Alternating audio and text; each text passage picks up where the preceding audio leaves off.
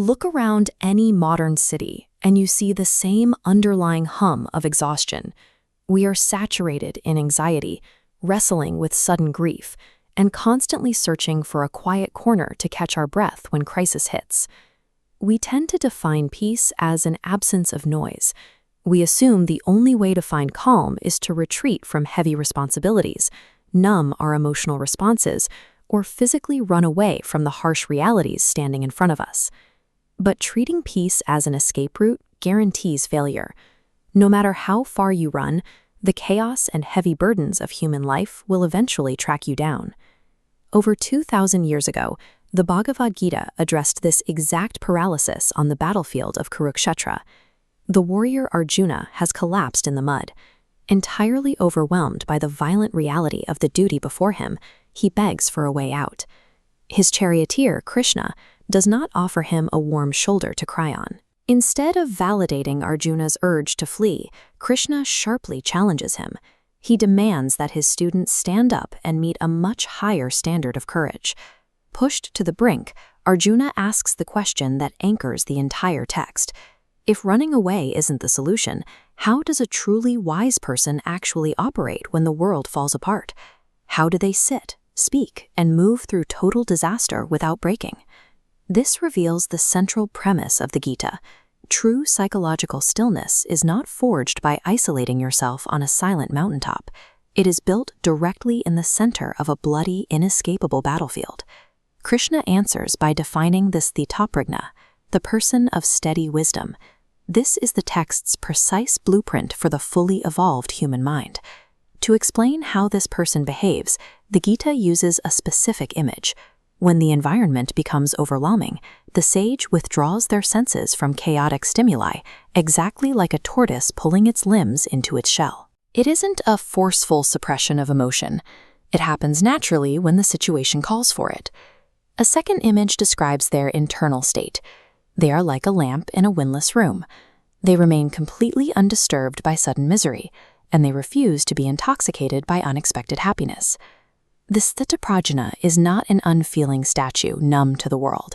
They feel every joy and pain completely, but they possess an inner stillness so deep that external events can no longer dictate their actions. That sounds ideal, but how is an unflickering mind actually achieved within our flawed human hardware? The Gita argues this requires a structural shift in identity. You have to recognize the Atman, or the soul. In this philosophy, the soul is the indestructible witnessing awareness that watches your thoughts and experiences your body without being either of those things. The text compares physical death to a simple change of clothes. The soul wears the body like a garment. When that body grows old or sick, the soul discards it and puts on a new one. In this framework, death is merely an illusion of the material world. This diagram illustrates the specific immunities the Gita assigns to this core self. The Atman cannot be cut by any weapon, burned by fire, dissolved by water, or withered by the wind. It exists completely outside the reach of physical laws. The text defines the structure with 5 precise properties. Nitya, meaning eternal with no beginning or end. Sarvagata, all-pervading. Stanu, unchanging while the body ages. Achala, entirely unmoving. And Sanatana, primeval and ancient beyond memory. Unbreakable stillness becomes possible only when you detach your sense of self from the fragile, changing physical body and anchor it directly to this indestructible core. If you trace every human panic or daily agitation to its absolute root, you almost always find the same source, the fear of loss, ultimately culminating in the fear of death. As long as you believe you are strictly this temporary sequence of cells and chemical reactions, death holds absolute psychological power over you. Everything you are can be destroyed in a fraction of a second. There is a reason J. Robert Oppenheimer famously quoted the Gita the moment the first atomic bomb detonated. Witnessing an unimaginable scale of destruction, he turned to a philosophy that looks directly at death and physical annihilation without flinching.